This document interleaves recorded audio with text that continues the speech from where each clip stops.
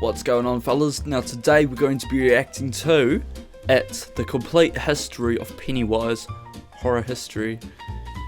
The reason we're reacting to this is because obviously if you've been keeping up to date with the horror film world and stuff, there's the new show Welcome to Derry, which kind of shows more of the origins of Pennywise and the whole thing. I've been loving it. The 7th episode just dropped today of season 1, and yeah, insane. Loved it. One more episode to go next Monday, so yeah, let's get straight into it. If you want to know I'm what Pennywise intrigued, lived on fellas. after the events of it, then stick around to the end of this video. Also, the proper video for this is going to be linked in the description. Make sure you go drop a thumbs up to the bro and give him a cheeky sub.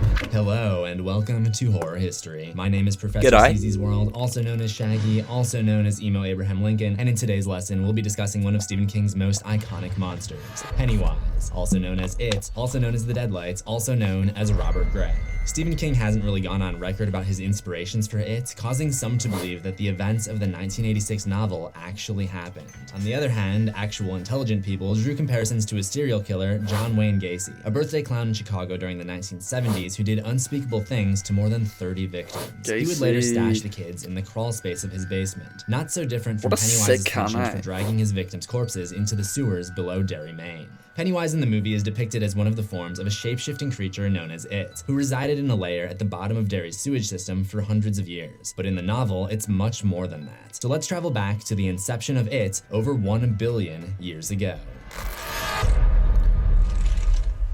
In the beginning, there was an endless void known as the Macroverse, which was inhabited only by a celestial force referred to as the Other. The Other created 2 additional inhabitants of the Macroverse, one protector called Matcher and the Turtle, and one shape-shifting entity called the Deadlights. The 2 would become natural enemies. The Turtle was kind and all-knowing, but did not like to involve itself in any conflicts, and so stayed hidden in its shell most often. At some point, the Turtle came out of its shell with a stomachache and vomited out our universe. So everything you're sitting in right now, yeah, that's actually puke. Everything you've eaten today, I think you get the idea. Speaking of which, its main form of sustenance is fear. I'll take all of you, and I'll feast on your flesh as I feed on your fear. Because of that fact, it's traveled to our universe to look for food, much like how I may travel to Taco Bell when I'm done filming this. Couple thousand or possibly even million years ago, it's discovered Earth. Earth was basically like a buffet for it because humans have much more complex imaginations than any species it had discovered before. Specifically, the imaginations of human children were especially attractive to it because they were capable of an unprecedented level of fear. It arrived on Earth as a fiery meteoric object that crashed into the land in North America that would one day become known as the Barrens in Derry. I'm already so lost, the animal inhabitants such as antelope, fish, bats, and others. The impact crater was devastating, but the area would be taken back by trees and wildlife over the years. The impact also sent it into a deep sleep, possibly aided by the fact that it became trapped in the Ice Age. In the year 1715, it would thaw out and arise from this slumber, thus marking the beginning of the cycle that would repeat roughly every 27 years, where it would awaken to feed on the residents of Derry, not too different than how some mammals may eat and then go into hibernation during the winter. These incidents would often go unrecorded in Derry's history books, but that hasn't stopped locals from doing some of their own research. The earliest known victims of It were a party of 340 settlers called the Derry Company, named after the town in Ireland from which they hailed. They started to create— By the way, this video is like 6 years old, eh? So yeah, there won't be no Welcome to Derry references just yet, I don't think. Maybe there will be. River, and Derry Township Maybe became there's some law town. that connects Still to it. is, am I right, boys? In 1743, every single settler disappeared without trace or explanation. The entire camp? There were rumors of Indians, but no sign of an attack.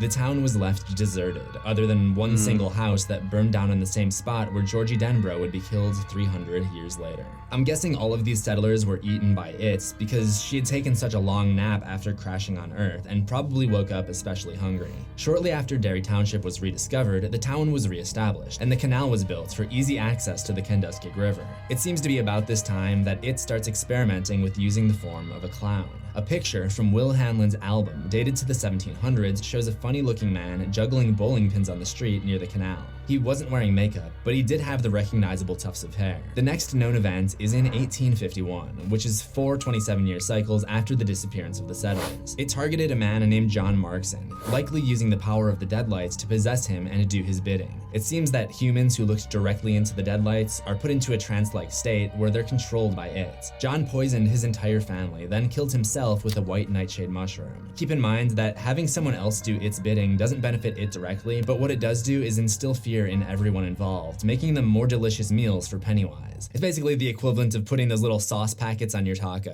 In 1856, the clown's image appears in a political cartoon amongst some drunken loggers at a bar. This illustration seems to predict the next cycle, which begins in 1877 when 4 separate lynchings took place in town and carries in to 1879. Derry's logging business was really booming at that time, and a group of lumberjacks stumbled upon another group, finding them completely hacked to pieces. Like a bear coming out of hibernation, it would continue to come out every 27 years or so to cause mayhem and feed on the residents of Derry. The next cycle was especially good. Man. Coming up next, we'll go into the horrifying archives produced by it in the early 1900s. I had a ton of people participate in the last giveaway, and since you were all so excited about that one, I thought, why not just do another giveaway? It's featured in the paper. The front page photograph shows a crowd gathering to celebrate the cutting of the ribbon, and off to the left of the crowd, a clown can be seen celebrating with a handspring. This would be a precursor to one of Derry's deadliest events that took place at the end of this cycle. But first, there was a major incident that took place shortly after its reawakening in September of 1905. The logging business in Derry had become big enough that people started to organize unions, and one of these organizers was named Claude Hero. He and 3 colleagues were staying in a hotel in Derry, and during this stay, the colleagues turned up dead in the Kenduskeag River, with missing body parts and the word union pasted on each of their bags. It's unclear if this was the result of Pennywise's actions or if it was just legitimately unhappy workers, but Hero, in an act of revenge, took an axe to a bar called the Silver Dollar and took out the loggers that he thought were responsible. That night, the townspeople rioted. After Hero's arrest, they dragged him out of his jail cell and lynched him on the side of town. One witness mentioned there was a guy doing tricks and flips who he assumed was new in town, but that he seemed to stick around after that. This highlights one of the major strengths of Pennywise. Other than fabulous gymnastic skills, it has the ability to divide people and turn them against each other. It would later attempt to use this tactic on the Losers Club after Eddie Kasprak suffers a broken arm, but their strong unity ends up working as an advantage to them. But before we get there, there's a lot more of Pennywise's history in Derry to cover. In 1906, an unexplained slew of animal mutilations takes place. These are most likely connected to it. Now, sometimes when you've just eaten tacos and you're a little hungry still, you say, you know what, I'm gonna grab a big burrito, maybe some nachos, and a large soft drink for the road. And that's basically what Pennywise did before going back into hibernation. On Easter of 1906, the previously mentioned Ironworks held an Easter egg hunt for all of the kids in Derry, during which the place exploded, leaving 102 dead, 88 of which were children. At this point, it's very clear that A, there's a problem plaguing Derry, and B, it's occurring on a 27-year cycle, although only a select number of Derry historians are aware of it because Pennywise has actively used its power to ensure that these disasters stay out of the news. The disasters that took place from there on out were largely ignored by the older townspeople who were starting to become despondent and preferred to ignore the problems rather than acknowledge them. It starts to feel like Derry is just cursed with random acts of violence, but there's no doubt that it is behind them. In 1929, a huge group of citizens gunned down the notorious Bradley gang, and several witnesses were said to have seen a clown participate in the brutal shooting. Probably looked like something out of The Dark Knight, minus the school bus. Each of the witnesses to the Bradley gang execution claimed that the clown had the same gun as their own, though none of them shared the same gun. In 1930 was the first confirmed sighting of one of the other recurring forms of it. The giant bird that would later attack Michael Hanlon was first spotted 28 years beforehand by his father, Will Hanlon. This happened the night of the horrible attack on the Black Spot nightclub, in which a racist organization known as the Legion of White Decency burned down the popular African-American run jazz joint, and the place collapsed before dozens of people had the chance to escape. Just after narrowly making it out, Will looked up and saw a giant bird with red balloons tied to its wings, a detail he kept to himself until he was on his deathbed. From here on, Will knew that Derry was no ordinary town, but he would never fully understand that it was responsible, like his son would one day find out. The following year, one of the worst floods in town history occurred. This flood was almost as bad as the flood that occurred in my comment section that one time when I had the wrinkly shirt, and this flood uncoincidentally took place during one of Pennywise's waking years. Stephen King doesn't specifically note when the sewer system that runs under Derry was built, but there's a good chance, based on when certain laws went into effect in real life, that this was around the time of this big flood in the book. While these systems may have been implemented to keep water levels from overflowing to prevent another disastrous flood, they would inadvertently become the home of Pennywise, who built his lair deep within the sewers of Derry. From this point forward, future sightings of Pennywise the Dancing Clown are all connected connected to the drain system, whether it be a creepy voice echoing from a drain, a glowing yellow pair of eyes emanating in a sewer grate, or a mysterious red balloon floating around in a runoff pipe. I love it. There's been another murder. Little Velma Daniels. Velma Daniels? Her poor body was found this morning down by the canal. So if you come down here to play, come together like you are now, understand? Another image in Will Hanlon's photo album shows the celebration at Wally's Spa in 1933, when the US alcohol prohibition ends. The group photo contains many men holding up beer mugs and Pennywise drinking champagne from a high-heeled shoe in the corner. Pennywise continues to make appearances throughout Derry's history. Pulling For example, in sillies? 1945, when Japan surrendered to end World War II, I would expect nothing less from the Waz. Big P was he doing showies back in fucking 1729 BC, cuz. a parade is held in Derry to celebrate. That's a late In one level. photograph, the clown can be seen dancing around in the background. In the 50s, Pennywise would bring the same photo to life to terrorize the Losers Club, but that is just one of the many events that took place after the tragic incident involving Georgie Denbrough in 1957. Coming up, we'll be analyzing one of the darkest cycles in the history of Derry, and the reasons behind this particular spree being cut short.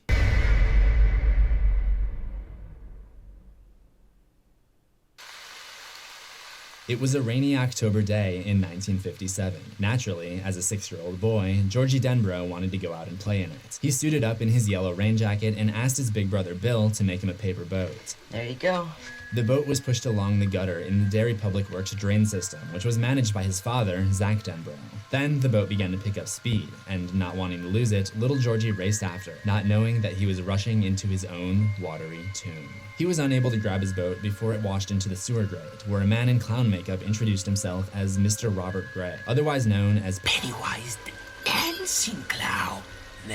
Pennywise did not immediately become aggressive, first befriending Georgie and tempting him to reach into the grates to get his boat. This is the very reason that the shape-shifting It so often opted to use the clown form, Pennywise, because most children love clowns, or at least they did before these came out. Today, Yeah, I don't probably have think to that's take the case form of some anymore, right? Fortnite YouTuber or something, but he would use the form of Pennywise to lure children in, because children have the most active imaginations and so make the richest meals for it. Once he has drawn them in, he brings out his pulsing eyes and razor-sharp teeth and devours them while they are most afraid. Again, much like I do when I'm devouring my tacos. That is the fate that meets young Georgie, who was the first of a whole slew of deaths and disappearances at the hand of It. The next was Betty Ripsum in December of 1957. Pennywise spoke to her through the drain in her home to make her more afraid before attacking and leaving her body ripped apart near Outer Jackson Street.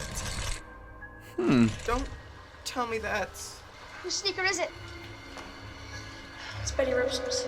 Betty's screams continued to echo through the drains and haunt her parents for the rest of this waking cycle. The next month, when school is back in session, Ben Hanscom sees the clown standing on the ice as he walks over the canal bridge, and Pennywise entices him to come down into the sewers with the prospect of balloons, the promise of never growing up, and making it seem like the sewers are basically a fun fair. A hand reaches up onto the bridge, and Ben recognizes it as the mummy from the horror movie The Mummy, but wearing a clown suit. Ben is able to escape, but the same cannot be said for Cheryl LaMonica, who falls victim to Pennywise that April. Then, towards late April, 3-year-old Matthew Clements is abducted by Pennywise while riding his tricycle around the house, causing the police chief to put a curfew into effect. Before the end of that spring, Mike Hanlon rides his bike to the remains of the ironworks that exploded in 1906, where he is attacked by a giant bird who rises out of the cellar hole and swoops in to try to pick him up. This is the same bird that his father saw after the Black Spot fire, and combines Mike's fear of birds from when he was attacked in his crib as a baby and the fear instilled in him the night before by the movie Rodan.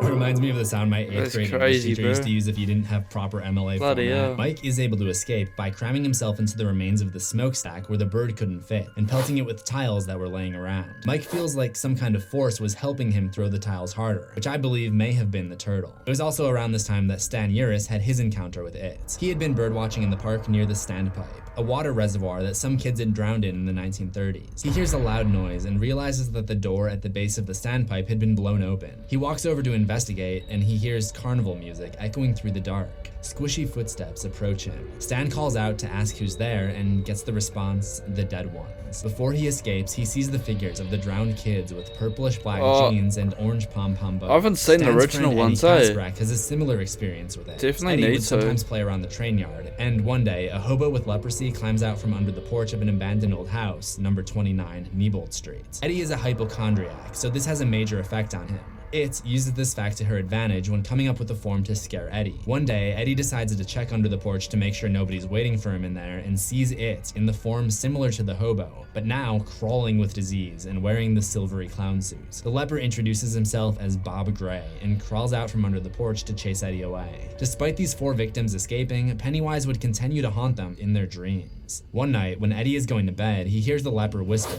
"It won't do any good to run." Then, at the beginning of the summer, Ben has this dream where he's playing baseball and he hits a home run. As he's rounding the bases, he sees a clown waving to him in the trees. He doesn't remember the rest of the dream, but he wakes up with a wet pillow, as if he'd been weeping through the night. It is doing everything in its power to instill fear in these members of the Losers Club who escaped on the first attempt. But what would take place later that summer would take things to a level never before seen in Derry's history.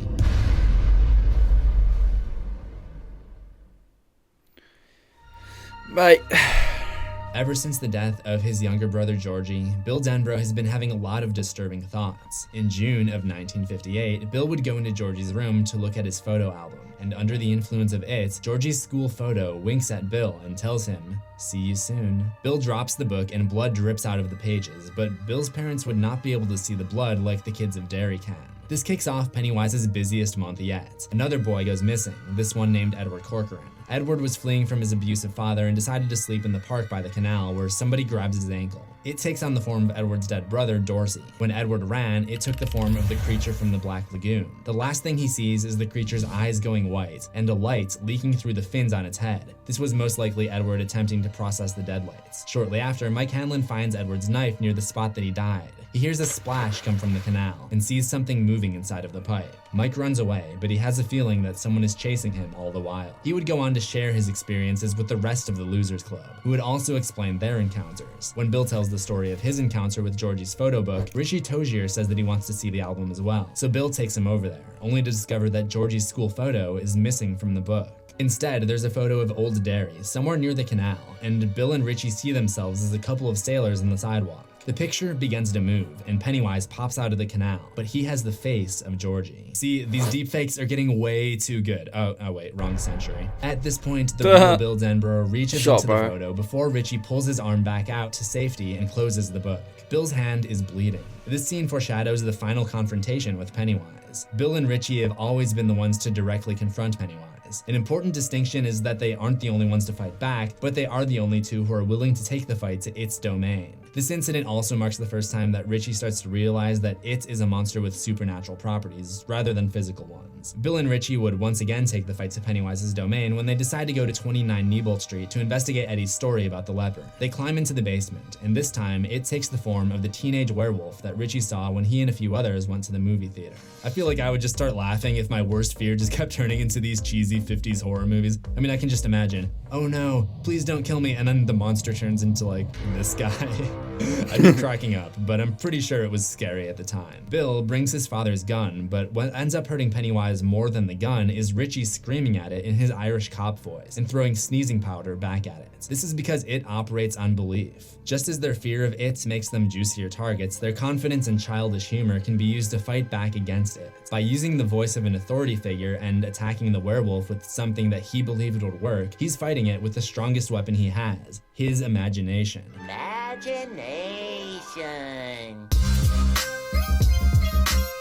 As they're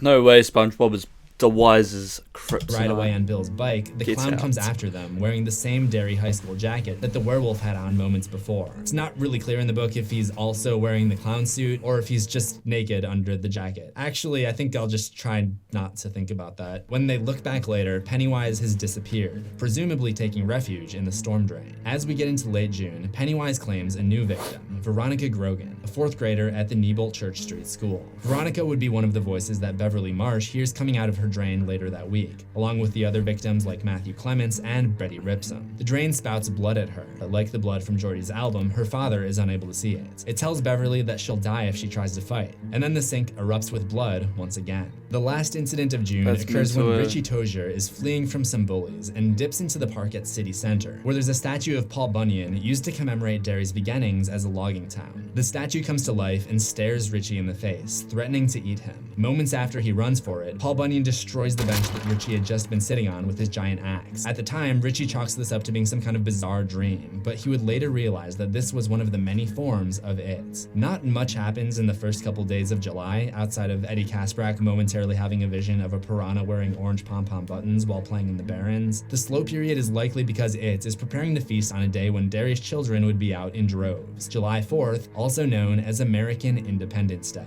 Kind of a shame that it didn't go with Cinco de Mayo instead, though. It would have been perfect for this taco analogy I've got going on. July 4th would be the first time that Mike saw it in the form of Pennywise. He was playing in the marching band where he saw the clown handing out balloons to kids on the streets. The sight of Pennywise waving at him gave him a similar feeling to the encounter with the bird. Then, later on up the hill, he saw Pennywise again and wondered how he could have gotten there so quickly. This time, some of the kids he was handing balloons to were crying, and again, Mike got a bad feeling as he recognized this as the same clown from all of those old photos in his father's album. It was most likely on this day that it claimed the life of young Jimmy Cullum, and the rain would later push his body into the sunlight 2 days later on July 6th. He was eventually found with peck wounds all over his body, something that Mike would connect to his encounter with the bird. Jimmy would be the last random victim of it that summer. From this point on, it would exclusively go after Bill Denbrough and his gang of misfits, or Henry Bowers and his gang of bulls. That Henry guy, he looks like Johnny from One of the most TCM. notorious bullies in all of Derry, perhaps even more feared than Henry Bowers himself, was the 12-year-old named Patrick Hockstetter. Even a sociopath like Patrick had fears of his own for it to take advantage of, though. Patrick developed a fear of leeches while visiting Brewster Lake when he was 7. During the summer when Patrick was 12, it ambushed him at the junkyard, where he would often go and deposit dogs and cats he had killed around town in a discarded refrigerator. To his shock, these leeches were also able to fly. Perhaps Patrick was so crazy that the leeches were the only semblance of a true fear that it was able to find in him, because as he was being attacked, he saw a figure standing there. It was described as having a face like running wax, as if he didn't know what he wanted to be. This is the only known instance that gives any real insight about what it might look like while cycling among forms. Patrick would eventually pass out from blood loss, only to wake up when it started devouring him. Beverly Marsh sees this incident with the leeches as it's happening, and after Patrick is taken away, she hears Pennywise's laughter reverberating from a pumping station underground.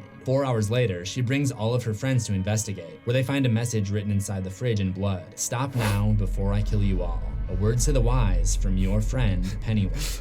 Pennywise leaves the losers a second warning because at this point, each of them had survived at least once, and the slightest hint of self-doubt begins to manifest itself within the ancient creature. This time, Mike borrows his father's Derry photo album, the one that he recognized the clown in the background of all of those old photos. When they stop at the photo of the World War II parade, like the photo that appeared in Georgie's photo album, this one starts to move as well. Only this time, instead of Bill reaching into the picture, Pennywise rushes up towards them and hangs on a lamppost in the foreground, threatening once again to kill them all, his nose pressing up against the plastic that the photo had been encased in. It rapidly changed forms to some of their fears: Richie's werewolf, Eddie's leper, Ben's mummy, and Stan's dead boys, at which point Stan slams the album shut. That's when Bill starts to realize the truth. It is afraid of them. What Bill hasn't quite figured out yet, though, is that it is especially afraid of the power of their unity, and that's why its next move comes against Eddie while he's alone and at his weakest. On July 20th, 1958, Henry Bowers and his friends chase down Eddie and break his arm. Eddie comes to during the ambulance ride and briefly sees Pennywise behind the wheel. That night, Eddie has a dream about his overprotective mother telling off his friends who come to visit him at the hospital by telling them that he doesn't want to be friends with them anymore, which parallels a conversation that happens in real life at the same time. In the dream, Pennywise is also in the hospital waiting room, wildly dancing to celebrate the breaking up of the Losers Club. The real-life version of this conversation is essentially the same, and it probably has some kind of influence over Mrs. Kaspbrak to encourage her to try to remove Eddie's friends from his life. And this is further suggested by the fact that the last image Eddie sees in the dream is it toggling among the many forms, the last of which has his mother's face. The incident does cause some turmoil inside of the friend group, but that doesn't stop them from reuniting to take on it once again. On July 25th, the 7 losers arrive at 29 Newbold. Each of them react differently to the house based on their own fears. Upon entering, they find a white clown glove. When they go upstairs, they come across a dirty magazine that winks at Ben. The hallways they traverse shrink in on them, and the eyes of the elves plastered on the wallpaper begin to bleed. It is doing everything it can to scare them away without having to face them directly. They come across 3 doors. The first contains a bed, which explodes and oozes out black liquid. The second sounds like it has a loud buzzing insect behind it, but it turns out to only be a moose blower, which is essentially a can that lets out a constant noise as sort of an audio scarecrow for farmers. The third door is just a bathroom, but the toilet seems to have exploded, leaving white porcelain shards lying around the room. It quickly rushes up the pipe in what Ben perceives to be its own form, which we know to be the Deadlights. It explodes out of the pipe, taking the form of the werewolf and attacking Bill and Ben. Beverly fights back with a slingshot loaded with silver ball bearings, which they believe to be effective based on the werewolf movies that they've seen. She hits it on the snout with her last shot, sending blood everywhere. However, the losers are now defenseless. With no remaining ammo, Bev pulls back the slingshot again and uses her belief to try to frighten it, sending it diving back into the drain, screaming, "I'll kill you all." Not much happens in the next couple weeks leading up to the big confrontation, but there is some activity from it, who is now more afraid than ever of the Losers Club and their power. It decided to bring on a new ally, one that wouldn't be limited by the power of fear alone, so it teams up with the next biggest enemy of the Losers, Henry Bowers.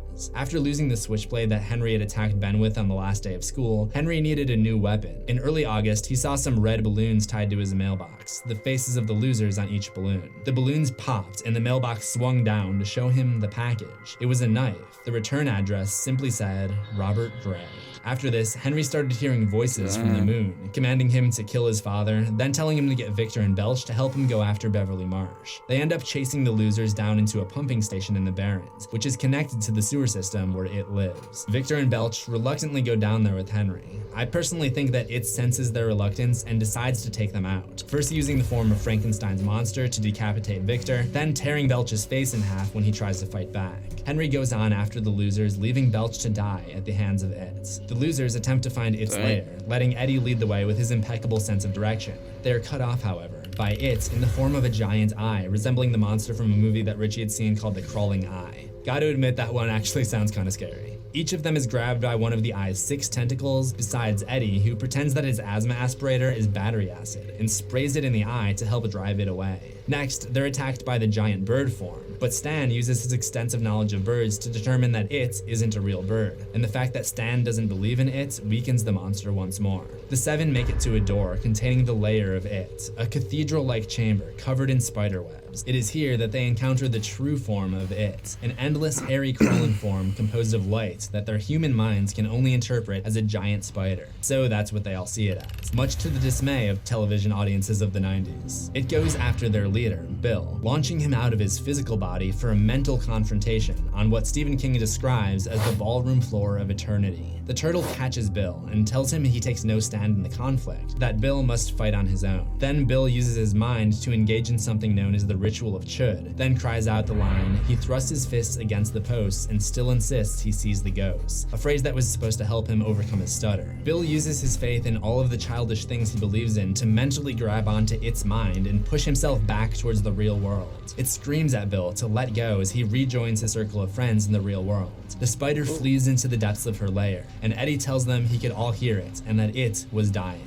All they could do was hope that they had defeated the monster that haunted Derry and killed it. They make a blood pact to return to finish the job should it ever rise again. So the 1957-1958 cycle ends prematurely, with it going into an early sleep after the defeat at the hands of the Losers Club. But as always, 27 years after the awakening in 1957, it would come back with a vengeance on the people of Derry and those who had beaten it so many years before. Oh, helly.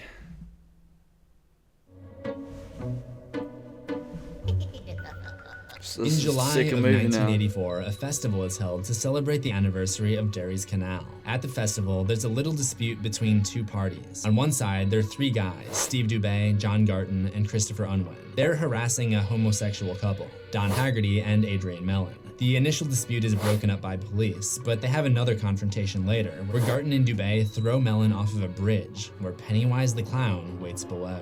Melon might have survived the fall, but Pennywise drags him under the bridge and bites into his armpit with huge teeth. At this time, thousands of I Heart Dairy balloons, similar to the balloon that Melon had earlier at the Dairy Canal Days festival, emerge and hit the bottom of the bridge. Melon's body is found with stab wounds, bite marks, and a missing armpit. Pennywise's return parallels one of the many other tragedies occurring in Derry for the last 300 plus years in one major way. The incident is largely ignored by witnesses and news outlets. However, this time, there's one person taking special interest, the town librarian, Michael Hanlon, one of the losers who stayed in Derry all of these years to keep an eye out for it, should the creature ever return. Mike wanted to be sure that it was back before contacting his old friends. He stood by as Pennywise claimed the life of Lisa Albrecht on October 18th, and then Stephen Johnson at Memorial Park near the end of the year. On February 14th, 1985, 2 more children disappeared, Dennis Torrio and Lorianne Winterbarger. Dennis's body was found in the Barrens with a photo of Georgie Denbrough. This is the same photo that disappeared from the photo album when Bill and Richie went to look in 1958. By March, Mike is pretty convinced that it has come back, but wants to have proof before alerting the others. Bodies continue to pile up. Dawn Roy, a 13-year-old girl, is found decapitated in McCarran Park. On October 24th, 16-year-old Adam Terralt is killed and mutilated by Pennywise. 2 weeks later, on May 6th, Pennywise emerges through the pipes as 2-year-old Frederick Cowan uses the restroom and drowns him in the toilet bowl.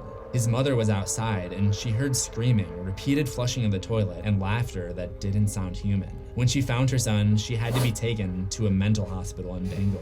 It was only 1 week after when Jeffrey Holly was found torn apart in Basie Park near the canal. John Fury and Jerry Bellwood, 2 classmates, were killed before the end of May. Fury was found with his legs torn off under the porch at 29 Neibolt Street, and Bellwood turned up near a cement retaining wall on Kansas Street, with the words "Come home" written over and over in blood. A direct message to Mike, who would soon make the 6 phone calls to remind his friends of the promise they once made. The news was too much for Stan, who took his own life.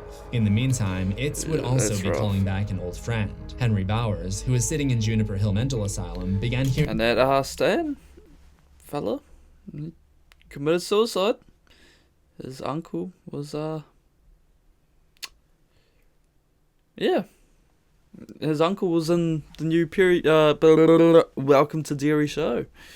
I ain't gonna say nothing to spoil nothing though, so... the same familiar voice of Pennywise speaking to him through the moon. Yeah. When the remaining losers reconvened at a Chinese restaurant upon returning to Derry, Pennywise leaves them warnings in their fortune cookies, including eyes, bugs, and more. This is a symbolic way for Itz to tell them that they'll meet unhappy fortunes if they try to fight. The losers go for individual walks around town while they wait for the memories of the summer of '58 to come back. During this time, Pennywise terrorizes each of them with the belief that they'll not be able to win as they once did. I think the reason Itz becomes so confident is a combination of factors. The losers have grown up, lost their imaginations, lost one of their members, Stan, and forgotten about Derry for the most part. However, one thing that I think Itz didn't count on was the fact that despite them growing older, many of them still work in creative fields. Beverly designs dresses, Ben designs buildings, Richie is a radio DJ known for his creative voices, and Bill is— Hey, someone say DJ!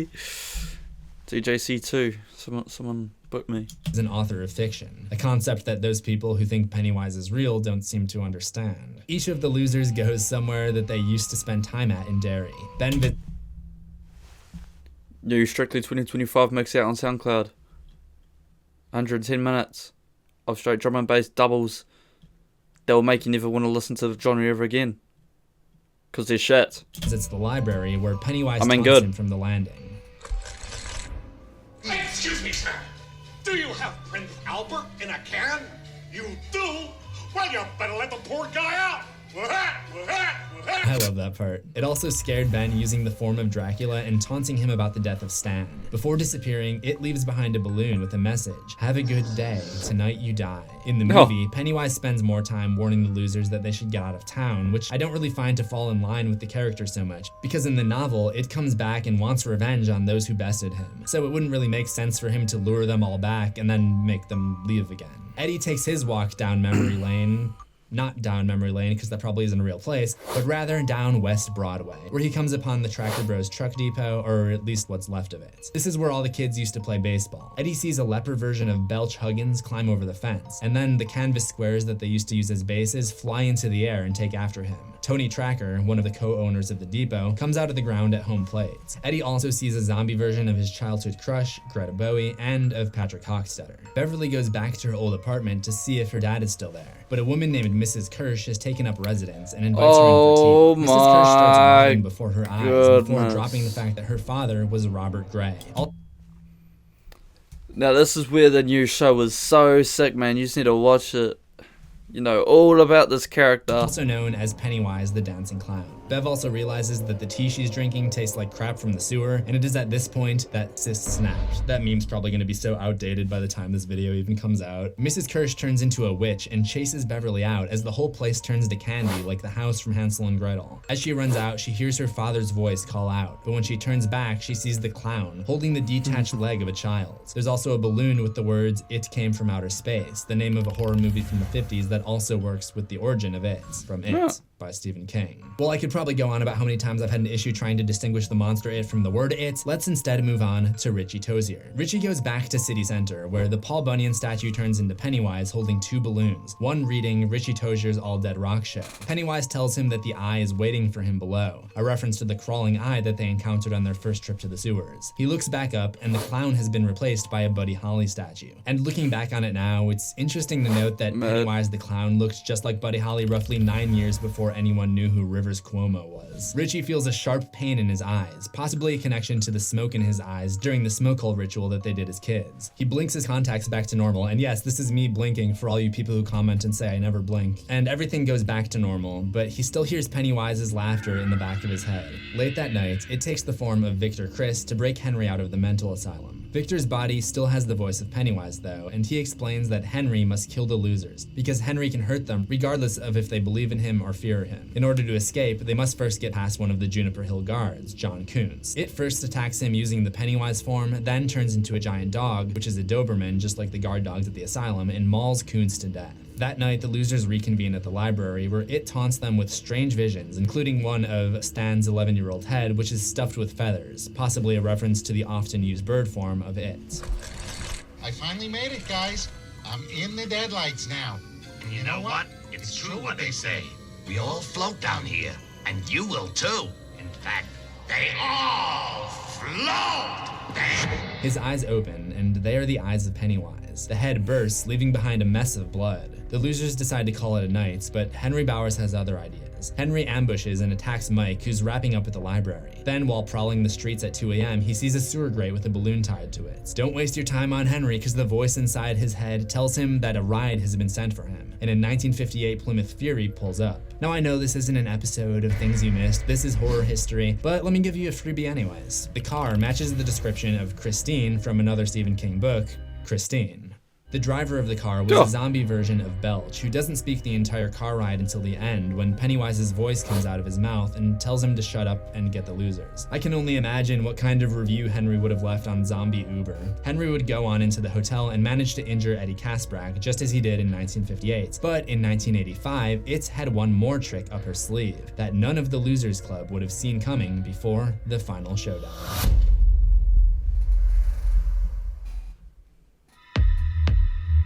Beverly Marsh never really escaped her abusive father. Yes, she did get out of Derry, and yes, that was the last time she ever spoke to her dad, but Beverly ended up falling into the same trap again when she married a man named Tom Rogan, who treated her even worse than Al Marsh did. Tom was able to ascertain Beverly's location after she left him to reunite with her childhood friends in Derry, and he found himself waking up in a Holiday Inn in Maine where he found a balloon tied to his bathroom doorknob. The voice of It spoke to him through the balloon and told him to do It's bidding. At this point, I think it's important to look back at It's human servants. The fact that It was able to manipulate some people to do her bidding, but not others, is interesting to me. In fact, it seems that It is only able to manipulate people who already have a lot of evil in them. There is also a nurse that It manipulates later named Mark LaMonica, the brother of Cheryl LaMonica, who was killed in 1958. It sends him with a scalpel to try to finish off Mike in the hospital, and King describes him as being an easy target for It because he's a drug addict. On the other hand, it seems like It's rival, the turtle, is able to manipulate good people. The Losers Club members often describe some kind of helping hand aiding them. like when Mike was throwing the tiles at the bird and he feels something helping him throw harder than usual. Now, if only we could get the Cubs bullpen to get a little help from the turtle, then we'd really be in business. Beverly's husband Tom isn't the only spouse who followed their partner into Derry, because Bill's wife Audra also made the trip. In order to ensure the opportunity for revenge, it uses Tom to capture Audra and bring her into the sewers, leaving her purse at the foot of the pumping station as bait for Bill. Because of this, he, Eddie, Ben, Beverly, and Richie must go to face it before they're ready, and this time they're on a rescue mission. Even with everything turned in its favor, even with only 5 losers to kill now as opposed to 7, it feels fear again as they approach. So Pennywise tries to intimidate them a little more on their drive to the Barrens. Pennywise speaks through the car radio, first reading an ad for the Richie Tozier All Dead rock show, then Georgie's voice berates Bill, telling him, "You let it kill me." They turn off the radio, which must have been a good indicator for it that Bill was still pretty rattled by the idea that he could have possibly been responsible for what happened to Georgie. I think it's for this reason that the first form that the losers encounter after climbing down into the sewers is Bill's younger brother. Bill starts to feel guilt, and he feels that he should have been the one to die. The others need him to come to the realization that this Georgie isn't real, and he's able to do so by repeating the phrase. He thrusts his fist against the posts and still insists he sees the ghost. Just like last time, this hurts it, who retreats into the inner sanctum. You may have noticed throughout this video that I refer to it using the female pronouns. There's a reason for that, and when they get to the inner layer at the heart of the sewer system, they discover that the deadlight that they interpret as a spider has an egg sac. It's female, and it's pregnant.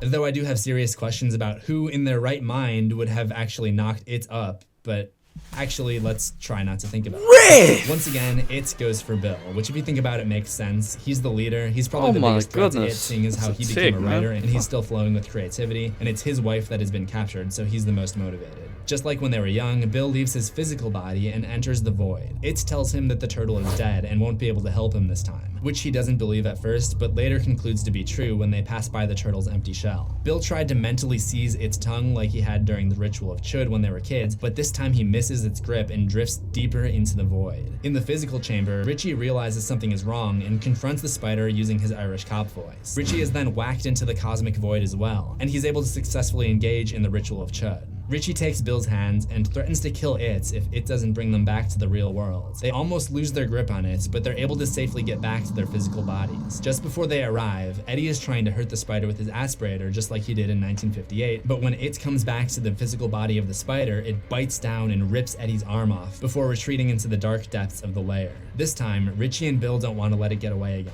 Just as they pursued it to 29 Neibolt Street as kids, they follow the spider further into the dark. Beverly stops to comfort Eddie in his final moments, while Ben finds the trail of eggs left behind by it, and one by one attempts to stomp them all out. Now, it was becoming more afraid than ever. It sensed Richie and Bill's pursuit. It sensed the death of its young, and it began to turn white. It turned back to Richie and Bill, now beginning to let off the deadlights from within. The arachnid creature begged them to let her go, offering them power, success, and the prospect of 500-year lives. Bill and Richie began to feel the power of another. Not it, not the turtle, but the celestial force I mentioned way back at the beginning of this video, even before I started talking about the tacos, that created both of them. Bill hears the sound of the spider's heart pounding now, like an enormous drum. He punches his way into it, reaches for the heart, and crushes it in his hand. The creature jerked and quivered, but as it died, the light faded from it. Bill heard the voice of the other telling him, "Son, you did real good." Richie was basically passed out at this point, and Ben had finished stomping out over 100 eggs, and he thinks he's gotten them all. Audra falls from the webbing she's strung up in and lies crumpled on the ground in a catatonic state. Eddie has died, and Beverly's pack of matches is their only source of light and hope to get out.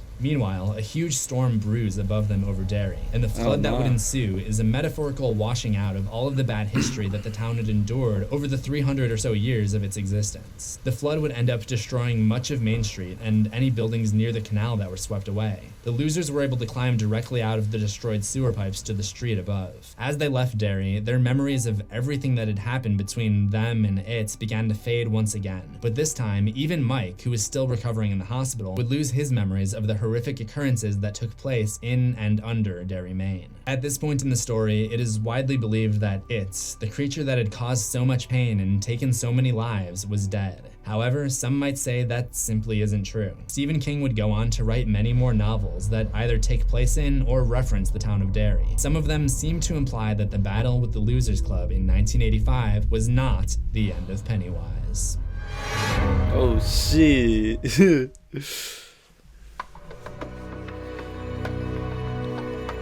The Wise never A dies, few years man. passed before the events of Stephen King's 1987 book, The Tommyknockers, where an alien intelligence possesses the nearby village of Haven, Maine. A 15-year-old boy named Tommy Jacklin is sent with 13-year-old Hester Brookline to retrieve as many car batteries as they could manage. During the stop in Derry, Tommy notices a clown with shiny silver dollars for eyes staring at him through an open sewer manhole. He brushes it off as an effect of the alien's mutations on his mind, but more evidence would come over a decade later in the year 2001. Dreamcatcher is another alien possession novel by Stephen King, in which a character named Mr. Gray, which in itself could be a nod to the human form of it, Robert Gray, comes across the former spot of the Derry Standpipe, the water storage structure that was destroyed in the flood at the end of it in 1985. There's now a memorial in its place. It reads, "To those lost in the storm, May 31, 1985, and to the children, all the children. Love from Bill, Ben, Bev, Eddie, Rich, Stan, Mike, the Losers Club." But there is another message which has been spray painted in red jagged letters over the top of the memorial, which reads, "Pennywise lives." This is pretty solid proof that Pennywise does indeed live on in Derry, because most of the town doesn't know who Pennywise is, and those who do don't have the motive to deface this memorial like Pennywise does. But how does Pennywise live? It was pretty clear that the deadlights faded and its brandings disappeared from the door leading to the spider's lair. Some believe that the 27-year cycle simply can't be stopped, that the Losers Club never had the ability to kill it to begin with, and that Pennywise simply went back to sleep. However, I have a different theory. At the end of the battle in 1985, Richie and Bill finish off the spider, while Ben stomps on all of the eggs, using only a pack of matches to find them and stomp all of them out. When they reconvene, Ben tells them, "I stamped out over 100. I think I got all of them." "I pray to God you did," Richie tells him. Then they flee from the chamber. It seems pretty inconclusive to me.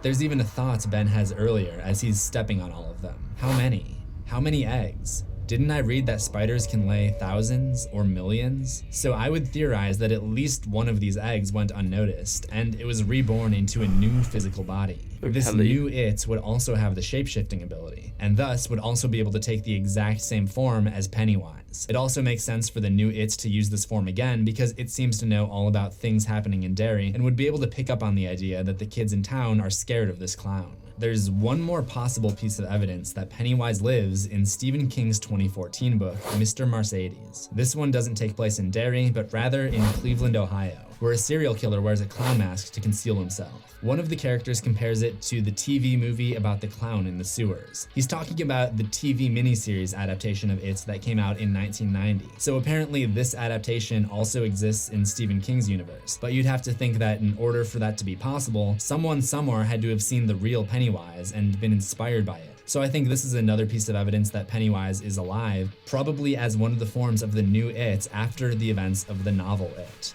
So what does that hold for the future? Could we one day see a sequel to It? During a Reddit AMA in 2013, Let's see a Stephen King high-key and addresses the outro playing question, right now. "I don't think I could bear to deal with Pennywise again."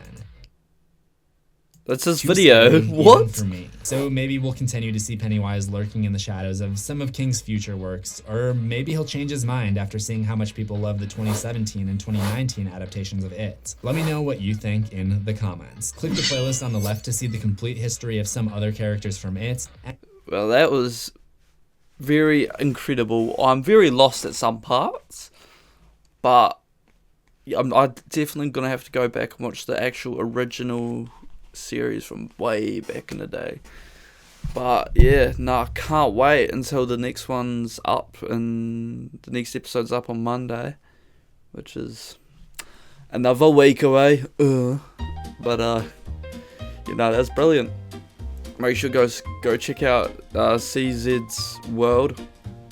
The original video will be linked down below. Go show some love to that. And yeah, cheers for watching. If you're new here, make sure you subscribe. I play horror games all the time on this channel with the reactions, horror genre themed. But yeah, cheers for watching. Catch you next time.